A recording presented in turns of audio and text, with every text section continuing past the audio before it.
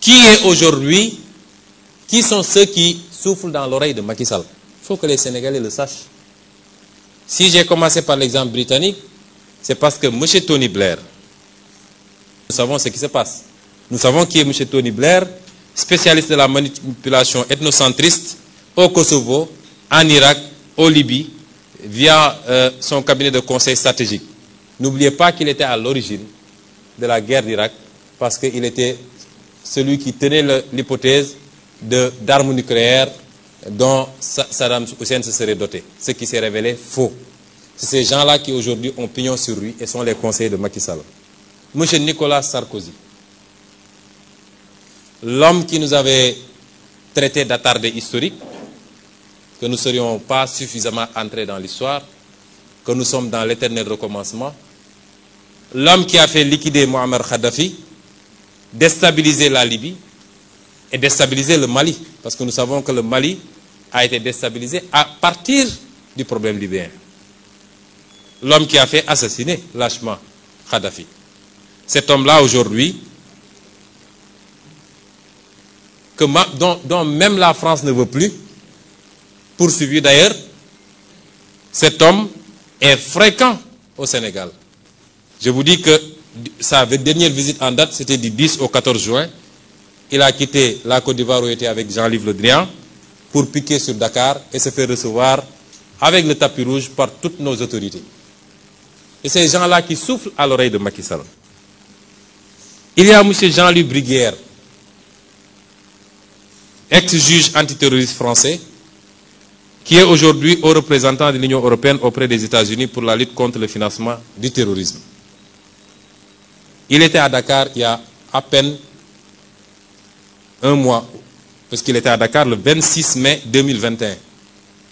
Ce monsieur s'est doté d'un cabinet de conseil en matière de lutte contre le terrorisme et a signé des contrats juteux un peu partout en Afrique.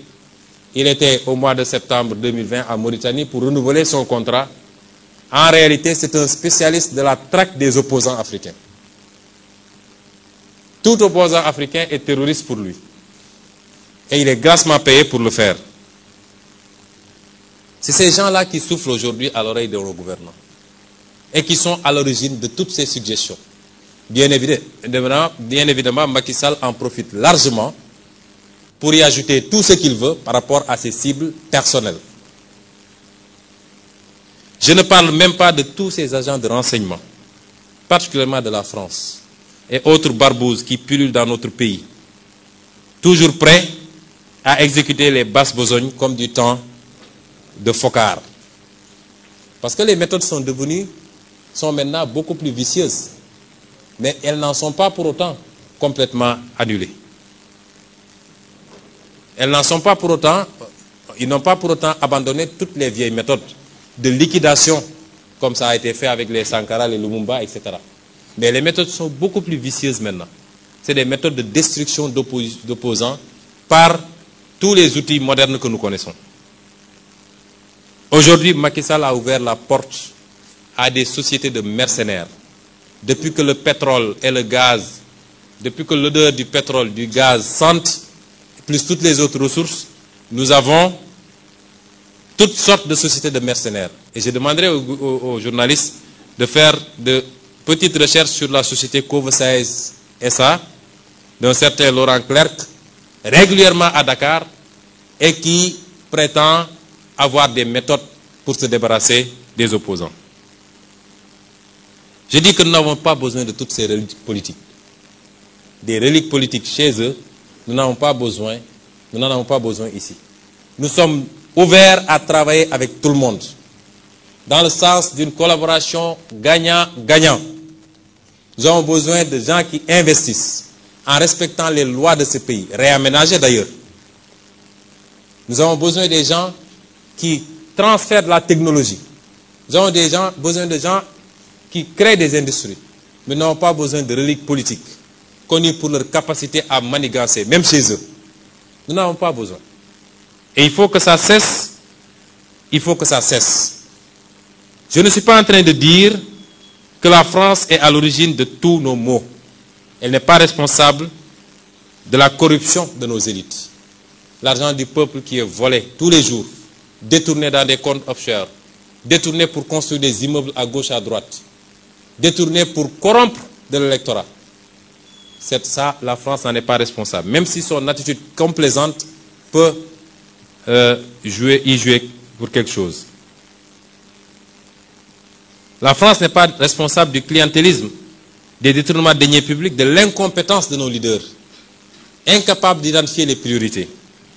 Elle n'est pas responsable forcément du bradage de nos ressources, même si elle en bénéficie très largement. Tout ça est de la responsabilité de nos dirigeants incompétents, incapables et qui ne sont pas des patriotes du tout. Mais il est temps que la France lève son genou de notre cou.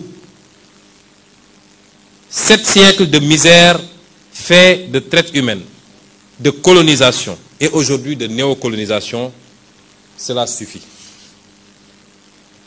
Il est temps que la France nous foute la paix. Il est temps que la France prenne exemple sur ses voisins européens. L'Allemagne est la première puissance économique d'Europe, loin devant la France. La 3e ou 4e puissance économique du monde. L'Allemagne n'exploite aucun pays, aucune colonie.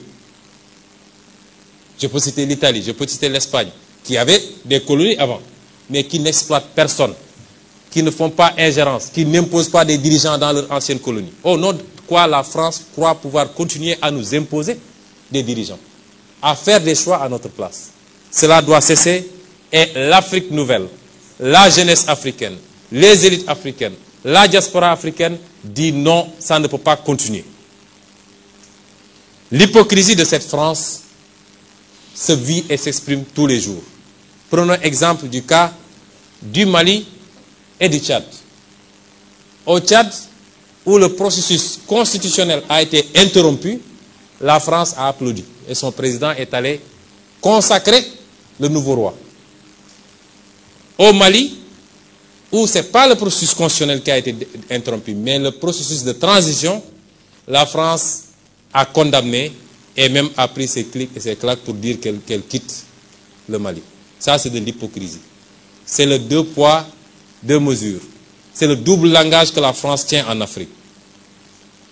Quand on a interrogé M. Jean-Yves Le Drian sur la situation en Côte d'Ivoire, pourquoi la France a laissé faire un 3e mandat, il a dit simplement pourquoi il l'a accepté pour Ouattara et pourquoi elle le refuse pour la Biélorussie. Puisque la France a condamné en Biélorussie, a même poussé l'Union européenne à condamner. M. Le Drian répond en disant que c'est parce qu'en Biélorussie, il y a eu des millions de personnes qui sont sorties dans les rues et que ce n'était pas le cas en Côte d'Ivoire. Voilà comment la France traite les questions africaines. Personnellement, nous n'attendons absolument rien de la France. Nous voulons qu'elle cesse de s'ingérer dans nos affaires. Que le peuple sénégalais puisse avoir le droit de choisir librement. Et non pas parce que la France a choisi un candidat, avec les méthodes qu'on connaît. On commence par cibler des gens, on les décore dans des légions d'honneur ou dans je ne sais quel autre grade, chevalier de je ne sais quoi. On les inscrit dans des loges maçonniques et on leur dit préparez-vous, ce sera vous après. Même l'hypothèse où Macky Sall ne pourrait pas passer, nous savons qui est en train d'être préparé par la France. Cela doit cesser, ça ne se passera plus comme ça. Que l'on soit bien clair, nous n'avons rien contre le peuple français. Et en France même, des voix politiques et citoyennes se lèvent pour tenir le même discours que celui que je suis en train de vous tenir. Les députés, par exemple, Madame Frédérique Dumas, qui intervient régulièrement sur la tribune de l'Assemblée, qui écrit régulièrement au ministre des Affaires étrangères, puisqu'elle est membre de la Commission des Affaires étrangères, pour soulever ce comportement injuste de la France vis-à-vis de l'Afrique, tient le même discours que nous. Messieurs Jean-Luc Mélenchon, Jean-Paul Lecoq, André Chassaigne, tous députés, tiennent le même discours que nous. Et des centaines d'autres voix. L'ONG Survie, comme d'autres ONG, font un travail extraordinaire dans le même sens. nous disons à la France d'écouter ces voix qui lui parlent de notre schéma, d'une autre collaboration entre l'Afrique et la France. Beaucoup plus juste, beaucoup plus équitable, mais beaucoup plus durable. Si elle sait l'écouter, je crois que nous aurons de beaux jours devant nous dans le cadre de la collaboration. S'il ne sait pas l'écouter, pensant pouvoir continuer à fonctionner comme du temps de nos grands-papas, cette jeunesse africaine ne l'accepte plus.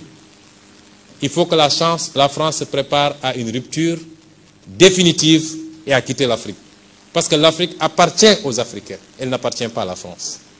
Elle n'appartient à personne d'autre, ni la Chine, ni les États-Unis, ni personne. Et les Africains veulent prendre le destin en main enfin.